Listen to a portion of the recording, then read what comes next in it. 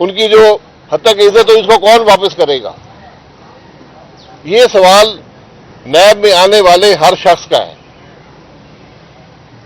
کہ آپ جو یہ تماشے لگاتے ہیں، Javed Iqbal justice supreme court تو گھر بیٹھا ہوا ہے، آج کوئی ہے جو اسے سوال کر سکے تو جعلی کیس کیوں بنا رہے تھے؟ ان ججوں سے کون پوچھے گا تو ہم جعلی فیصلے کیوں کرتے تھے؟ تو انصاف کا نظام تو نہ ہو، یہ ناانصافی کا نظام ہے۔ آج ہم 9 سال میں پہلے عدالتوں میں پیش ہوا، اب 3.5 سال اس عدالت میں ہو گئے، 4 سال اسلام آباد میں ہو گئے۔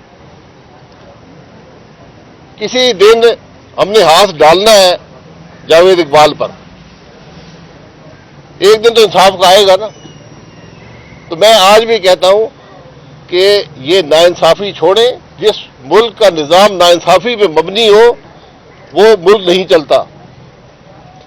جس ملک میں اس ملک کے وزیر اعظم کو انصاف نہ مل سکے، وہ آدمی جو 3 دفعہ وزیر اعظم رہا اس کو انصاف نہ ملے، وہاں عام آدمی جو ان عدالتوں میں بیٹھے ہوئے، آپ اندر جا کر دیکھ لیں، عدالتیں بھری ہوئی ہیں، صرف تاریخیں ملتی ہیں، نہ کوئی گواہ آتا ہے نہ کوئی کیس ہے۔ تو اگر ملک کے وزیر اعظم کو انصاف نہیں ملے گا تو غریب آدمی کو کیا انصاف ملے گا؟ یہ سوال ہیں جو آج ملک کے لیے ہیں۔ ہم باتیں بہت کرتے ہیں، ترقی کی بات کرتے ہیں، ملک کی معیشت کی بات کرتے ہیں۔ جس ملک میں عدالتی نظام محفوظ نہیں ہوگا، وہ انصاف نہیں دے گا، وہاں نہ ترقی ہوگی نہ معیشت آگے بڑھے گی۔ یہ باتیں سمجھنے کی ہیں، اگر نہیں سمجھیں گے دوسرے ممالک کو دیکھ لیں جو ترقی کر رہے ہیں، ترقی کر چکے ہیں۔ بنیادی چیز عدالتی نظام ہے، انصاف کا نظام ہے، اس کے بغیر ملک آگے نہیں چلتے۔ شکریہ۔ شاہد صاحب، آپ میاں صاحب کی بات کی، میاں صاحب کو تو اب انصاف ملنا چلے دیر سے ہی مل تو رہا، آپ کو انصاف نہیں ملا۔ دوسری بات یہ کہ جہاں تک انصاف نہ ملنے کی بات ہے تو بھٹو صاحب کو بھی انصاف نہیں ملا، بے نظیر بھٹو صاحبہ کو بھی انصاف نہیں ملا۔ تو ہے یہ تو ملک کا نظام ہی شروع سے نہیں، اس کو بدلیں گے نہیں، پھر یہی نا، اگر نہیں بدلیں گے تو پھر خرابی ہوگی۔ انصاف یہاں پر انصاف یہ ملتا ہے، وہ کہتے ہیں ہم آپ کو یہاں تو کنوکٹ کر دیں گے، یہ اوپنلی نیب کہتی ہے کہ ہم ٹرائل کورٹ میں آپ کی کنوکشن کرا دیں گے، آپ کو جیل بھیج دیں گے، پھر جا کے ہائی کورٹ سے آپ جسٹس لے لیں۔ لیکن یہ جو 5 سال کا عرصہ گزر گیا، 5.5 سال کا، اس کا حساب کون دے گا؟ یہ حساب جسٹس جاوید اقبال کو دینا پڑے گا۔ میں آپ کو آج بھی کہتا ہوں، وہ آدمی سوچ لے، آج معافی مانگے اس ملک کے عوام سے، جن لوگوں کے ساتھ اس نے ظلم کیا ان سے معافی مانگ لے تو شاید آخرت میں بچت ہو جائے۔ یہ معمولی باتیں نہیں ہیں۔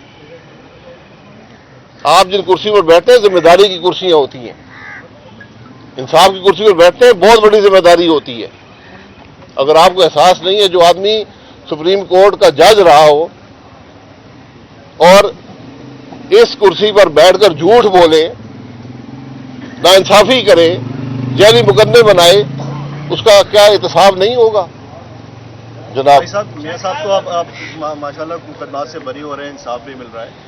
یہ بتائیں کہ آپ کا ویژن کیا کہہ رہا ہے؟ کیا ان کی نااہلی جو تاحیات نااہلی وہ ختم ہونے والی ہے اور کیا دوبارہ وہ وزیر اعظم بننے جا رہے ہیں؟ نمبر 2، کیا آپ نے مبارکباد دی انہیں بری ہونے کی؟ ایک پہلی بات ہے، پھر آپ نے کہا انصاف مل گیا، میں کیا کہہ رہا ہوں؟ بظاہر انصاف نہیں ہے۔ 5 سال آپ نے ایک شخص کے ساتھ زیادتی کی، پھر کہتے ہیں انصاف مل گیا۔ تو جو ناانصافی جنہوں نے کی ان سے انصاف کون لے گا؟ باقی آپ یہ بتا دیں کہ کون سی پاکستان کی دفعہ ہے، آئین میں کہاں پر لکھا ہے کہ آپ کسی کو تاحیات نااہل کر سکتے ہیں؟ بتا دیں۔ یہ بھی ناانصافی ہے، یہ بنیادی حقوق کی خلاف ورزی ہے۔ آئین کہتا ہے کہ الیکشن لڑنا آپ کا آئینی حق ہے، بنیادی حق ہے، سیاست کرنا آپ کا بنیادی حق ہے۔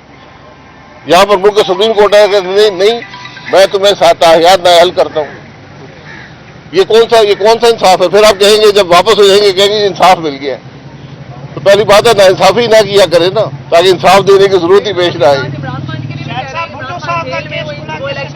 جی جب ابھی پہنچے ہیں نا، ان کو بھی انصاف دیں گے انشاءاللہ۔ جی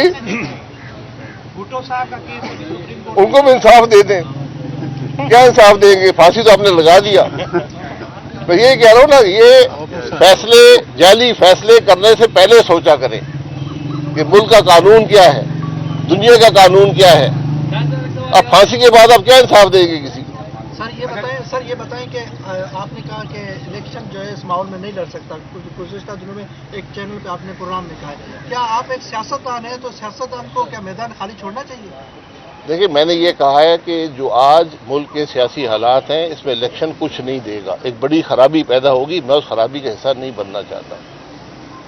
میدان چھوڑنے کا مطلب احتجاج ہوتا ہے. جب مجھ جیسا آدمی جو 35 سال سے سیاست میں اگر یہ بات کر رہا ہے تو ذرا اس کو سمجھنے کی کوشش کریں میں کیوں یہ بات کر رہا ہوں.